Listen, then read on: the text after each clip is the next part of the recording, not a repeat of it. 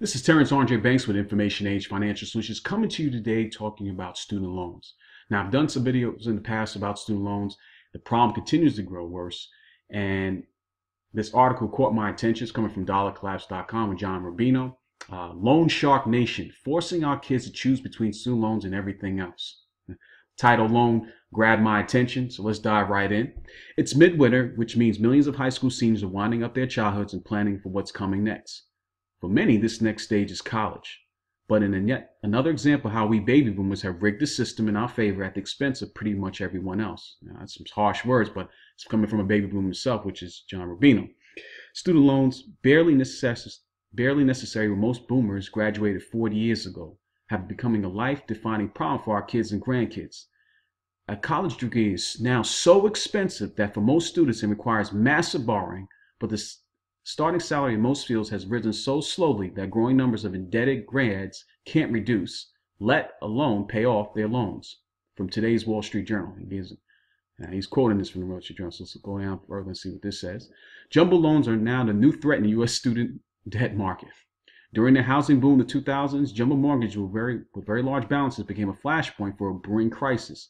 New researchers are zeroing in on a related crack, but in the student debt market, very large student loans with balances exceeding $50,000.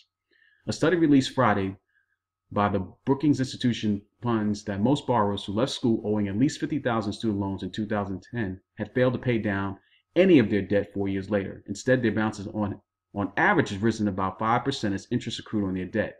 As of 2014, there were about 5 million borrowers with such large loan balances. Out of 40 million Americans total with student debt, large balance borrowers represented 17% of student borrowers leaving college or grad school in 2014. Now, I did an article in the past just giving down the breakdown of where all these student loans were going to. But this is worth a refresher because it's giving different information here. And as continually, constant talk is for kids to continue their education and go to college. These are definitely things you need to take in consideration, especially for the information age. In school in 2017, up from 2% of all borrowers in 1990 after adjusting for inflation. Large balance borrowers now owe 58% of the nation's $1.4 trillion in outstanding student debt. This is comparable to mortgage lending, where a subset of high-income borrowers hold the majority of outstanding balances, writes Adam Looney of Brookings and Constantine Yanos of New York University. A relatively small share of borrowers accounts for the majority of outstanding student loan dollars. So outcome of this small group of individuals have outside implications for the loan system and for taxpayers, the author says.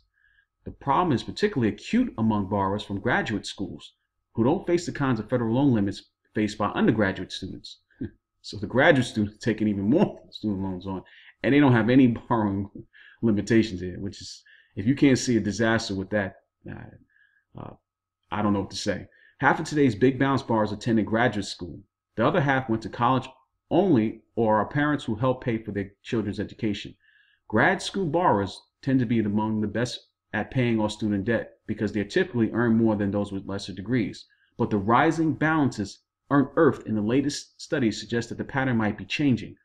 Overall, across the U.S., 1/3 of borrowers who left grad school in 2009 hadn't paid down any of their debt after 5 years, compared to just over half of undergraduate students who hadn't, federal data shows. The findings on graduate schools are particularly noteworthy because the government offers little information on the loan performance of grad students. I wonder why. Who account for about 13% of students at universities, but nearly 40% of the $1.4 trillion in outstanding student debt. Now, a 25-year-old with massive student debt probably doesn't qualify for a mortgage, but they might be able to get a car loan, which particularly explains why auto loans are rising right along with student loans. A car is necessary to get to work, and borrowing is the only way to get a car if a big piece of your income is going towards student loan interest. Great point. Look at this. Look at this chart. It's unbelievable how much student loans is going.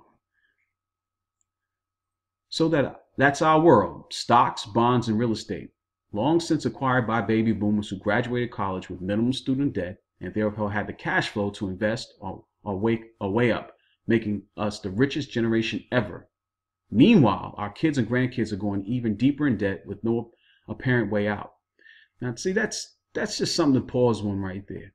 The baby boomers had one of the greatest greatest generations in terms of getting wealth than we've ever had before. Nothing is applicable since those times.